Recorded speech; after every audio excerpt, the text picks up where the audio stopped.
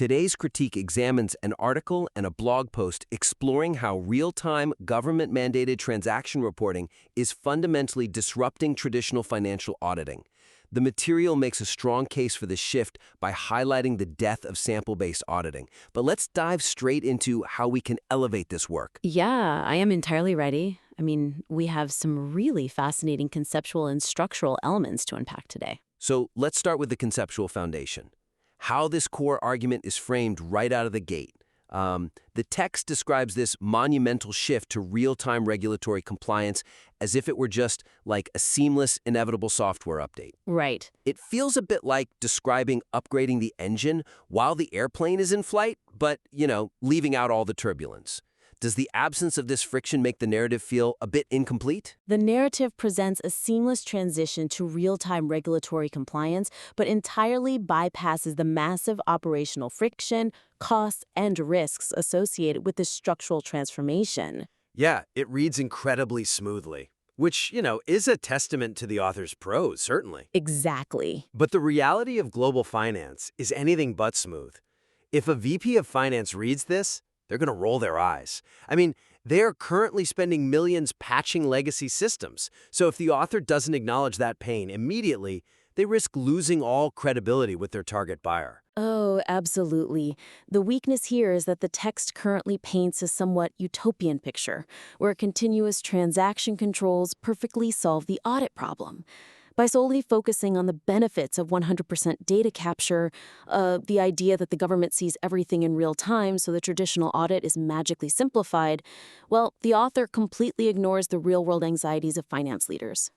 Right. We are talking about staggering data privacy concerns, the sheer cost of upgrading legacy ERP systems, and the systemic risks of governments holding central repositories of all business-to-business transactions. Which is terrifying for a CFO. Right, exactly.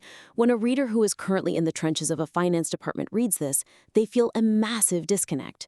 They know the theory is sound, but they also know their day-to-day reality is exceptionally messy. I can see what you're going for here. Let's see how we can strengthen this. Because you're right. If a CFO reads a piece that completely glosses over the pain points keeping them awake at night, well, they will dismiss the entire argument as overly theoretical. Yeah, even if the core premise about the death of sampling is absolutely correct. Exactly. So the suggestion is to introduce a dedicated section, or at least a few highly specific paragraphs early on, that actively acknowledge and validate these real-world frictions. This isn't about undermining the author's core thesis. Right, of course not. It's about making the argument more balanced, robust, and relatable to a highly skeptical reader. Acknowledging the operational pain proves to the reader that the author truly understands the landscape they operate in.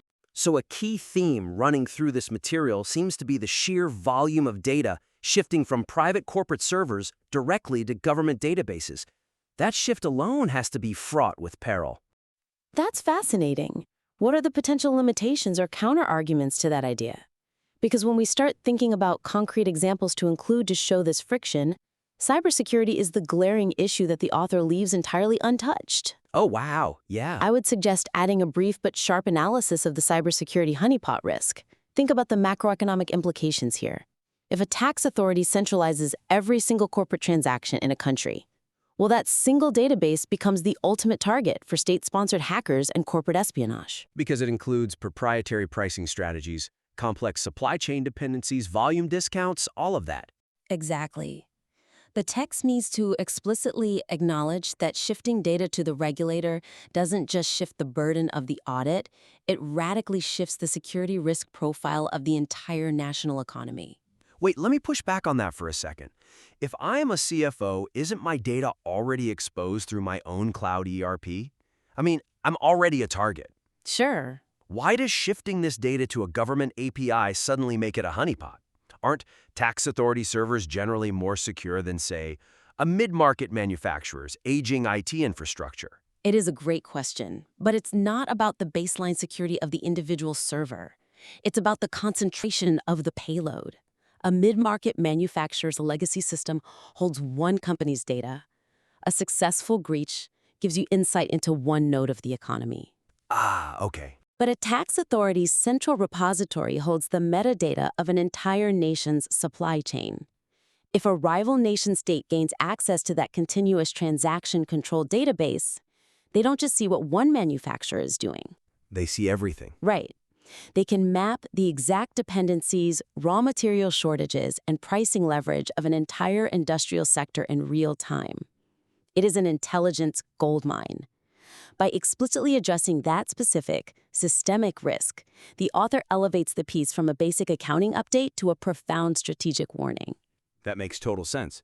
When you frame it as an intelligence goldmine, the stakes of the article instantly multiply. And I imagine the transition to even sending that data is a nightmare in itself. Precisely. And building on that, another concrete example the author should weave in is the immense operational burden placed on mid-market companies just to get to the starting line. Right, because they're not all tech giants. Exactly. It is one thing for a modern tech giant to build a clean API to a government endpoint. It is entirely another for a mid-market logistics firm to overhaul an aging, highly customized on-premise ERP system just to comply with strict formatting rules. Look at the e-invoicing mandates that rolled out in Italy or Poland.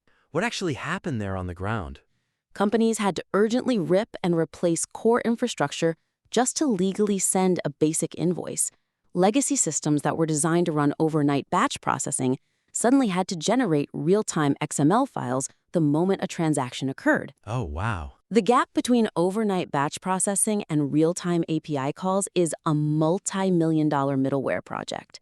Companies have to survive that financial and operational trauma before they can even dream of the utopian audit by exception state that the tech spends so much time celebrating. Right, so including a paragraph detailing the sheer agony of bridging legacy batch processing to real-time government XML standards grounds the piece in reality. Yes, absolutely.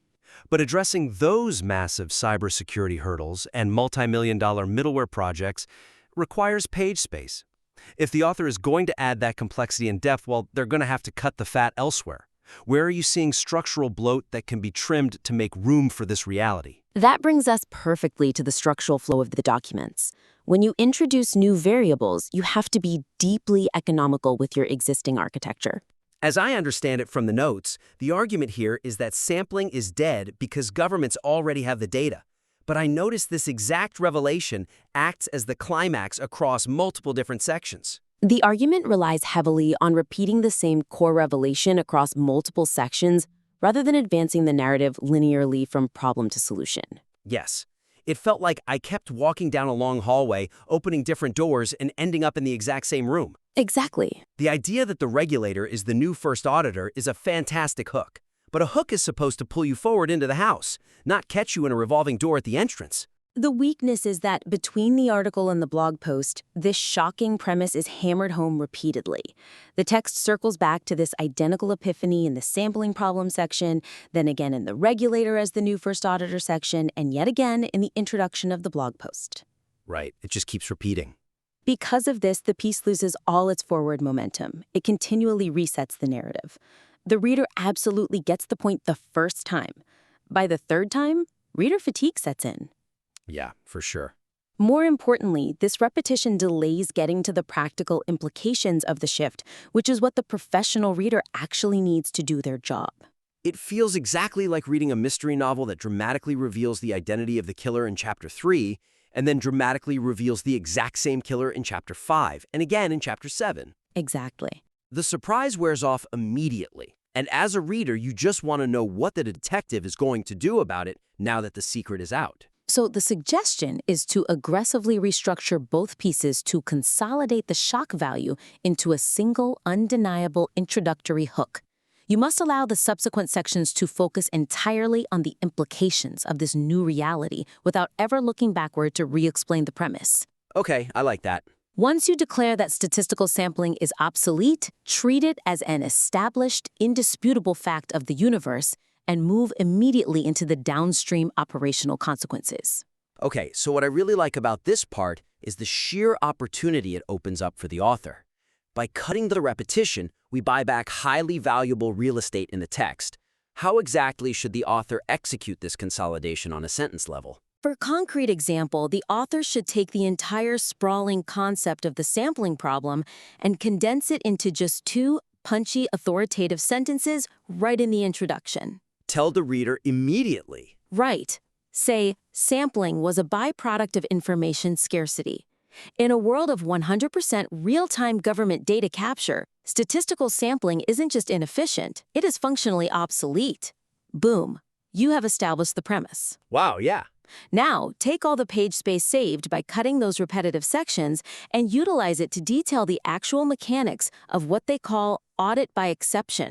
I want to dig into that because right now, the phrase audit by exception sounds great on paper, but it is incredibly abstract. If an internal auditor isn't pulling a sample of 500 physical invoices to match against purchase orders, what are they physically doing at their desk on a Tuesday morning?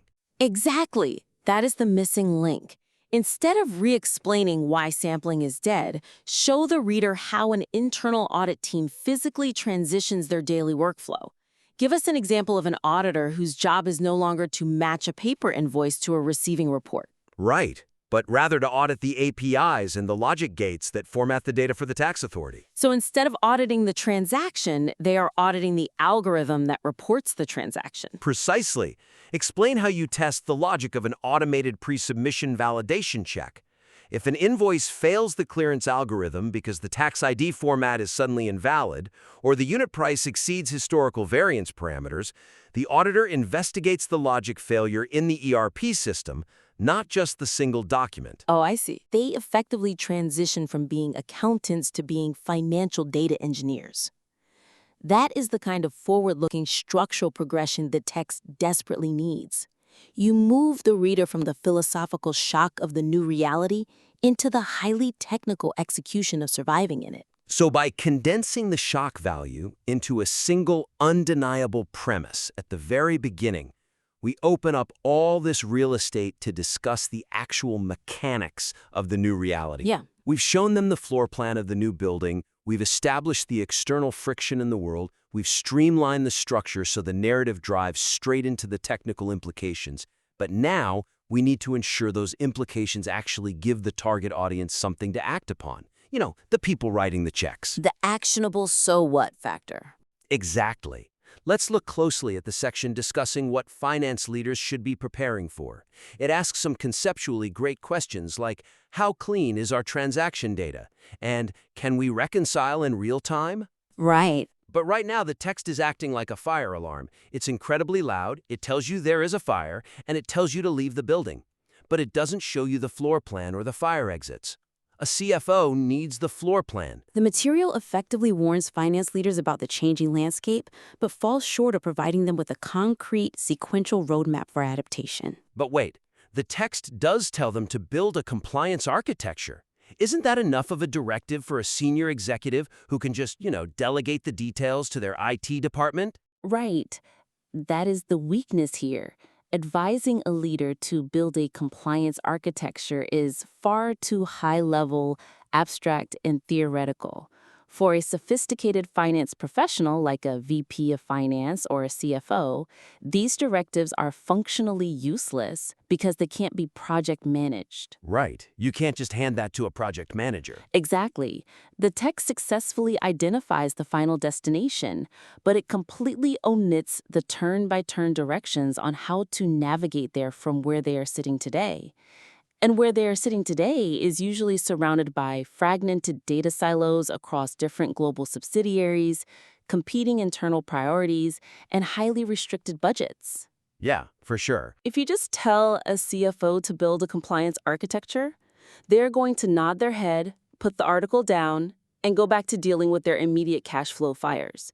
Because architecture isn't a line item they can easily action tomorrow morning. I see. So if it's too broad, they just ignore it. The suggestion is to translate this high-level infrastructure mandate into specific sequential steps or a defined maturity model. The author needs to provide a framework that a finance leader can actually look at, budget for, assign to a project management office, and implement over a series of operational quarters. Makes a lot of sense. Is the connection between A and B fully established in the material, or is that an area to potentially bolster?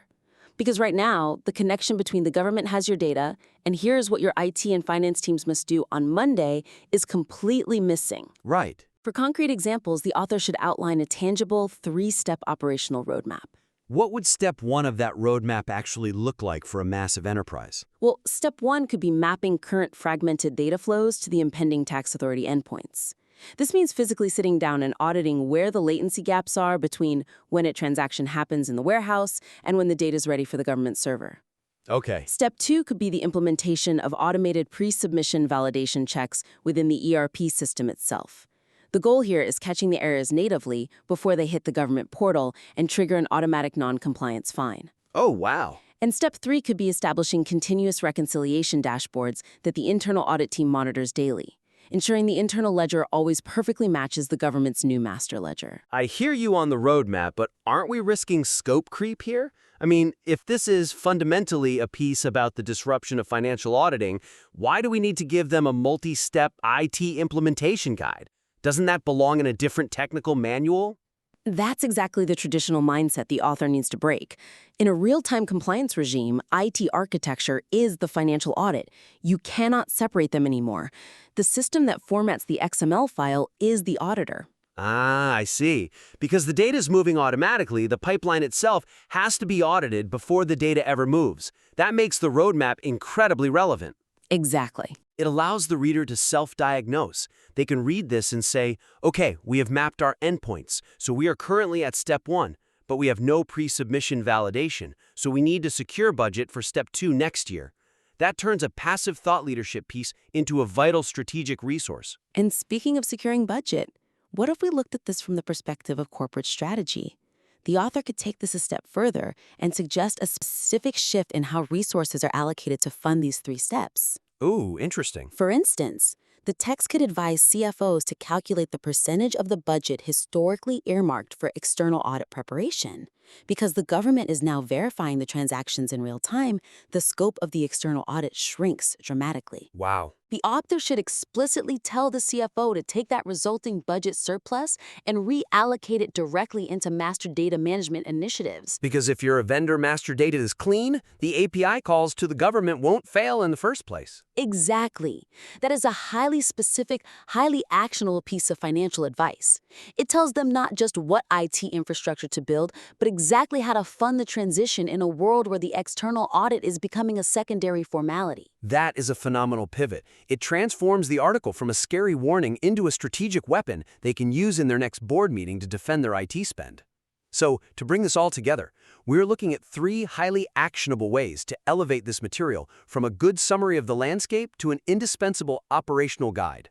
First, we need the author to introduce the real-world operational friction. Right. Specifically, don't shy away from the macroeconomic cybersecurity honeypot risks and explicitly validate the immense technical trauma of overhauling legacy batch processing ERPs to meet real-time XML standards. This builds instant credibility with skeptical finance executives. Yeah. Second, eliminate the structural loop. Cut the bloat. Condense the repetitive sampling as dead revelations into a single, undeniable introductory premise. Then, use the reclaimed page space to advance the narrative deep into the technical realities. Show us how an auditor physically transitions from matching paper purchase orders to testing API logic gates. And third, replace those abstract mandates with a sequential multi-step operational roadmap. Don't just ring the fire alarm. Hand them the floor plan. Give those finance leaders turn-by-turn directions, like mapping data endpoints, building pre-submission validations, and intelligently reallocating external audit budget surpluses to fund master data management. Give them something to project manage the second they finish reading. If those three layers are addressed, this material shifts from being theoretically interesting to operationally indispensable. We highly encourage the author to implement these actionable suggestions and submit the revised work back to us for another critique. We would love to see how the piece evolves. We started this critique by talking about the danger of describing an engine upgrade mid-flight without mentioning the turbulence. Right. By the time you validate the cybersecurity risks, streamline the narrative structure to focus on the mechanics of the new reality, and hand the pilot a step-by-step manual to fund the transition, you aren't just describing the flight anymore. You are actually teaching them how to safely land the plane.